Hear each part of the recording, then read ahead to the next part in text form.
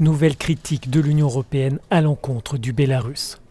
La Commission européenne dénonce la condamnation à 11 et 10 ans de prison de l'opposante politique Maria Kolesnikova et de son co-accusé Maxim Znak. Ces procès se sont tenus à huis clos. Ils ont été instruits sur des accusations infondées et il s'agit de 2 prisonniers politiques. Cela est inacceptable pour l'Union européenne. Nous condamnons cette décision, nous déplorons ces procès et ces sentences évidemment. Nous demandons la libération immédiate et inconditionnelle de tous les prisonniers politiques au Bélarus.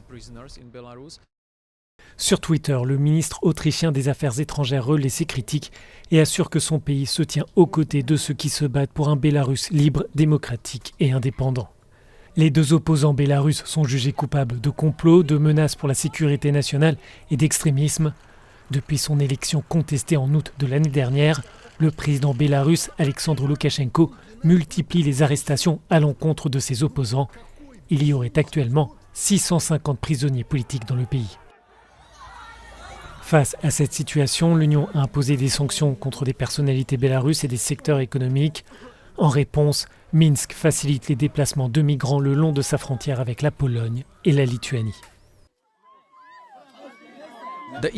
Les sanctions de l'Union sont progressives. Cela veut dire que nous pouvons les augmenter ou les diminuer en fonction de l'évolution de la situation sur le terrain.